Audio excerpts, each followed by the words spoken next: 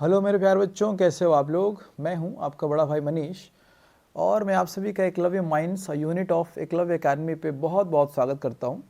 हम लोगों ने एक सीरीज़ शुरू की थी जिसमें कि हम लोग एमसीक्यूज़, मोस्ट इंपॉर्टेंट एमसीक्यूज़ कर रहे थे आपके 10th के बोर्ड एग्जाम के लिए, जो कि 2026 में आने वाला है। और आज हम लोग लेकर के आ चुके हैं आपके लिए हेरिडिटी चैप्टर का पार्ट 2 के question. So without wasting your time हम लोग चलते हैं बेटा आज के अपने सेशन के पहले क्वेश्चन की ओर। आप इस वीडियो को रोक करके आप क्वेश्चन पढ़ लेना। मैं क्वेश्चन समझाता हूँ आपको बेटा। ये क्वेश्चन कह रहा है कि एक टॉल और रेड प्लांट को, दैट मीन्स कि एक ऐसा प्लांट जो कि टॉल है जिसके फ्लावर्स रेड हैं, इसको क्रॉस कराया गया है एक ऐसे प्लांट से जिसकी हाइट शॉर्ट है और उसके फ्लावर्स वाइट हैं। ठीक है बेटा। So we have a tall plant with red flowers और इसको क्रॉस कराया गया एक शॉर्ट प्लांट से विच हैज़ वाइट फ्लावर्स। अब ये क्वेश्चन कहता है कि इनको क्रॉस कराने से जो आपको F1 जनरेशन मिला है, मीन्स जो प्रोजेनीज आपको मिले हैं, कहता है कि सारे के सारे जो प्लांट्स हैं उनके फ्लावर्स रेड हैं। बात समझना बेटा। कहता है कि उसके सारे के सारे रेड फ्लावर्स हैं, मीन्स 100% फ्लावर्स उसके रेड हैं, लेकिन करीब करीब उनमें से आधे प्लांट्स जो हैं वो शॉर्ट हैं। मीन्स अगर आप हाइट की बात करें तो करीब करीब 50% प्लांट्स उसके शॉर्ट हैं, तो जाहिर है कि 50% टॉल रहे होंगे। तो कहता है कि क्या जीनोटाइप है जो, ये देखो बेटा, ये कह रहा है कि जो टॉल पेरेंट है, अब इन दोनों पेरेंट में से टॉल कौन सा बाबू, ये जो पेरेंट है ये टॉल है। तो कहता है कि इस टॉल पेरेंट का जीनोटाइप क्या है। आओ मैं आपको ज़रा डिटेल्स में समझा रहा हूँ, सुनना मेरी बात ध्यान से। देखो बेटा, short white, short small T and white small R, इसके पास कोई और पॉसिबिलिटी ही नहीं है, इसकी तो जीनोटाइप यही होगी। बट अनफॉर्चुनेटली क्वेश्चन हमसे पूछा ही नहीं गया। क्वेश्चन पूछा कि स्टॉल रेड की जीनोटाइप क्या होगी। देखो बेटा, कई सारी इसकी पॉसिबिलिटीज हो सकती हैं। देखो कौन कौन सी बाबू। हो सकता है कैपिटल टी कैपिटल आर हो, या फिर हो सकता है कि capital T capital R small R हो, या फिर हो सकता है कैपिटल टी कैपिटल आर हो, या फिर हो सकता है capital T capital R small R हो। अब कोई भी पॉसिबिलिटी हो सकती है। तो आप एक काम करना, आप इन चारों का क्रॉस करा के इससे देखना और फिर आप चेक करने की कोशिश करना कि किसमें हमारा ये जो कंडीशन है ये कंडीशन फुलफिल हो रहा है। अब जो सही कंडीशन है वो ऑलरेडी मैंने यहाँ पे क्रॉस करा के रखा हुआ है। आप ध्यान से देखो, आपका समय बचाने के लिए मैंने पहले क्रॉस करा रखा है। देखो बेटा, यहाँ पे आप इस क्रॉस में पाएंगे कि जब जो टॉल प्लांट है वो कैपिटल टी और कैपिटल आर रहता है, तो इससे हमें जो गैमेट्स मिलेंगे, ये गैमेट मिलेगा या तो कैपिटल टी कैपिटल आर या फिर स्मॉल टी कैपिटल आर। और जब आप इसका क्रॉस कराएंगे स्मॉल टी स्मॉल आर वाले गैमेट से, तो आपको दो तरह के प्लांट्स मिलेंगे, या तो टॉल रेड या तो शॉर्ट रेड। लेकिन ध्यान दो बेटा, दोनों ही केसेस में फ्लावर्स तो रेड ही हैं। दैट मीन्स व्हाट, कि फ्लावर्स तो हर कंडीशन में आपको रेड ही मिलने वाले हैं। लेकिन हो सकता है कि 50% जो आपके प्लांट्स हों वो टॉल हों, या फिर हो सकता है कि 50% प्लांट्स आपके शॉर्ट हों। और यही तो इस क्वेश्चन में पूछा गया था बेटा। तो आप मेरे को बताओ कि जो टॉल प्लांट है, इसका जीनोटाइप क्या हो जाएगा मेरे प्यारे बच्चों। It is capital T small T capital are. तो हमारे पास बेटा ये कौन सा ऑप्शन है, देखो यहाँ पे आप। So we have option number D as our correct option, capital T small T capital R. चलिए moving towards our next question. मेरे प्यारे बच्चों, ये सवाल है कि एक क्रॉस कराई गई दो प्लांट्स के बीच और दोनों ही टॉल थे। समझो मेरी बात, मतलब कि एक प्लांट यहाँ पे टॉल है और इसकी आप क्रॉस कराते हैं दूसरे प्लांट से, वो भी टॉल है। अब ये कह रहा है बेटा कि इनके क्रॉस कराने के बाद हमें जो F1 जनरेशन मिली है उनमें से हमें कुछ ड्वार्फ प्लांट भी मिले हैं, फ्यू ड्वार्फ प्लांट्स। अब बेटा ये कह रहा है कि फ्यू ड्वार्फ मिले हैं, तो जाहिर सी बात है कि बाकी टॉल भी मिले होंगे। तो इनको क्रॉस कराने के बाद हमें कुछ टॉल प्लांट्स भी मिले हैं, साथ ही हमें कुछ ड्वार्फ प्लांट्स भी मिले हैं। तो ये पूछ रहा है कि फिर आप बताओ कि ये जो पेरेंट्स थे जो टॉल थे उनका जीनोटाइप क्या होगा। फिर से इस क्वेश्चन में भी अगर आप ध्यान से सोचोगे तो इनके भी कई सारे पॉसिबिलिटीज़ हैं। हो सकता है कि ये कैपिटल टी हो सकता है कि कैपिटल टी स्मॉल टी हो, यहाँ भी हो सकता है कैपिटल टी हो सकता है कैपिटल टी स्मॉल टी। अब हम क्या करें, करें तो करें क्या, बोले तो बोले क्या। अब ज़रा मेरी बात ध्यान से सुनिए। यहाँ पे मैंने आपका समय बचाने के लिए बेटा यहाँ पे ऑलरेडी क्रॉस करा रखा है मेरे प्यारे बच्चों कि कौन सा ऐसा केस होगा कि हम क्रॉस कराएं तो हमें टॉल ड्वार्फ दोनों मिलेंगे। मेरे प्यारे बच्चों, अगर ये जो प्लांट है पहला कैपिटल टी स्मॉल टी हो, दूसरा भी कैपिटल टी स्मॉल टी हो, ये इकलौता ऐसा केस है कि दोनों प्लांट्स के टॉल होने के बावजूद हमें यहाँ टॉल के साथ साथ ड्वार्फ भी मिले। सिर्फ यही केस है। आप कोई भी और केस करा के देख लेना जहाँ पे कि ये दोनों टॉल हो और आपको ड्वार्फ मिलने की आप कोशिश करें, पॉसिबल ही नहीं है, बस यही केस है। सो मेरे प्यारे बच्चों, यहाँ पे दोनों ही पेरेंट्स हेट्रोजाइगस होंगे, capital T small T, capital T small T. So जो हमारे पास ऑप्शन नंबर डी है, this is our correct answer. चलिए प्यारे बच्चों, moving towards our next question, ध्यान से देखो आप। ये क्वेश्चन कह रहा है बेटा कि एक प्लांट है जिसके पास इफ राउंड ग्रीन सीडेड, मतलब कि जो सीड है वो राउंड है, उसका कलर ग्रीन है, उसको क्रॉस कराया गया एक ऐसे सीड से जिसका शेप तो रिंकल्ड है और उसका जो कलर है वो येलो है। तो ये कह रहा है मेरे प्यारे बच्चों कि अगर इनका हम क्रॉस कराएंगे तो हमें F1 जनरेशन में प्लांट्स मिलेंगे कैसे।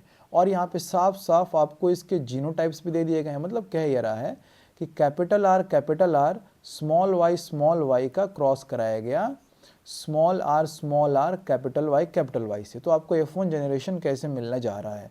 मेरे प्यारे बच्चों, यहाँ भी मैंने आपका समय बचाने के लिए ऑलरेडी एक क्रॉस करा के रखा हुआ है, देखो यहाँ पे। तो यहाँ पे पहले केस में हमें जो गैमेट्स मिलेंगे सिर्फ एक टाइप का ही गैमेट मिलेगा, जो भी गैमेट्स होंगे सिर्फ एक टाइप के, that will be capital R small y, और इस केस में स्मॉल r कैपिटल Y।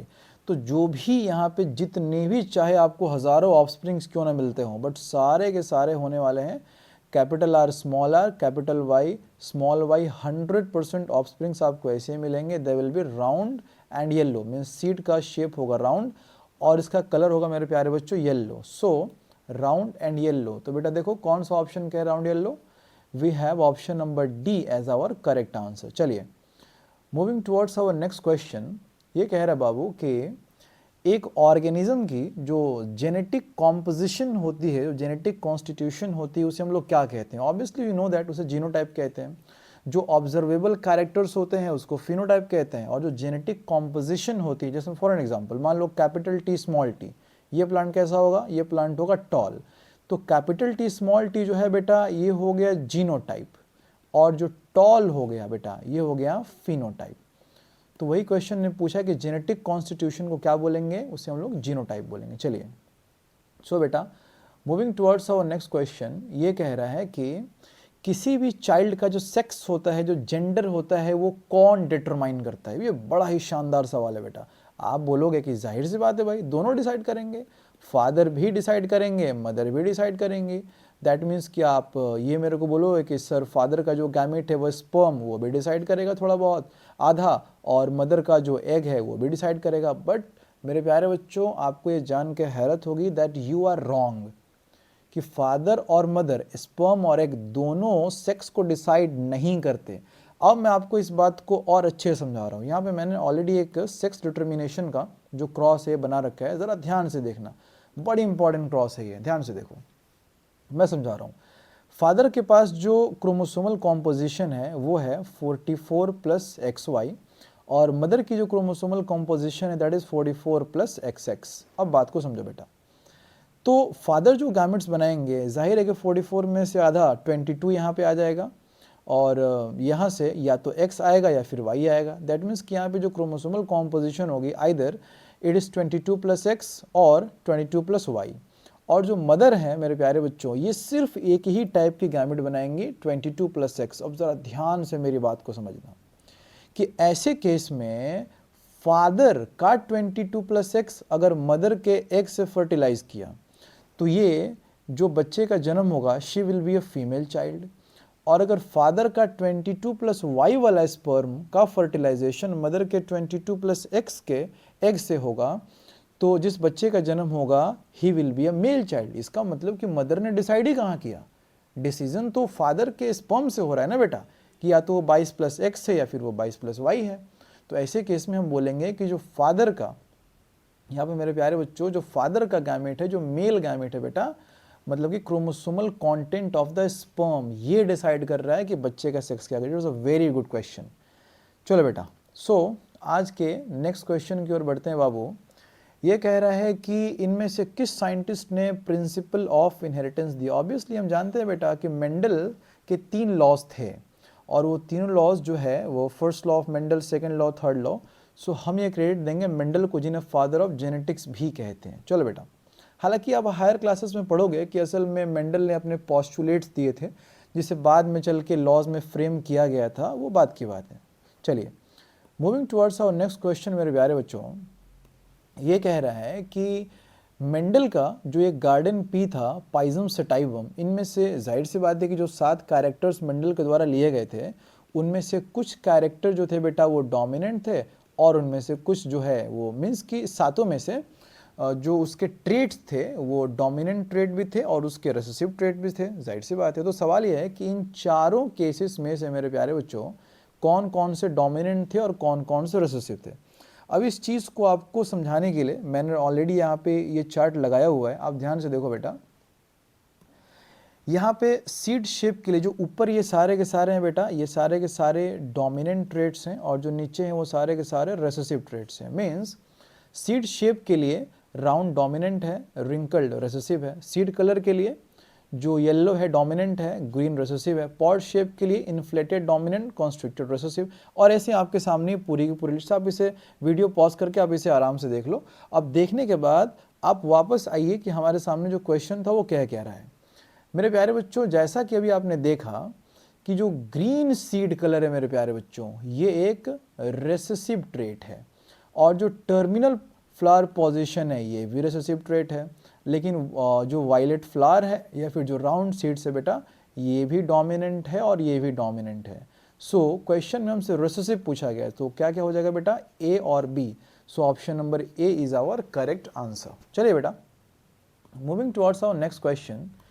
ये क्वेश्चन बेटा मेरे को कहता है कि एक पी प्लांट है जिसे हम रिप्रेजेंट कर रहे हैं कैपिटल आर स्मॉल आर से। तो ये क्या रिप्रेजेंट कर रहा है, ये हमें प्लांट के बारे में क्या बता रहा है। मेरे प्यारे बच्चों, थोड़ी देर पहले मैंने आपको बताया कि कैपिटल आर स्मॉल आर उस प्लांट की क्रोमोसोमल कॉम्पोजिशन को बता रहा है। मतलब कि मान लो कि हमारे पास ये प्लांट के पी प्लांट के क्रोमोसोम्स हैं, तो इस क्रोमोसोम पे अगर जीन के लिए अलील कैपिटल आर है तो उसके होमोलोगस क्रोमोसोम पे स्मॉल आर है। यही रिप्रेजेंट कर रहा है, means genetic composition of an individual. चलो बेटा, moving towards our second last question.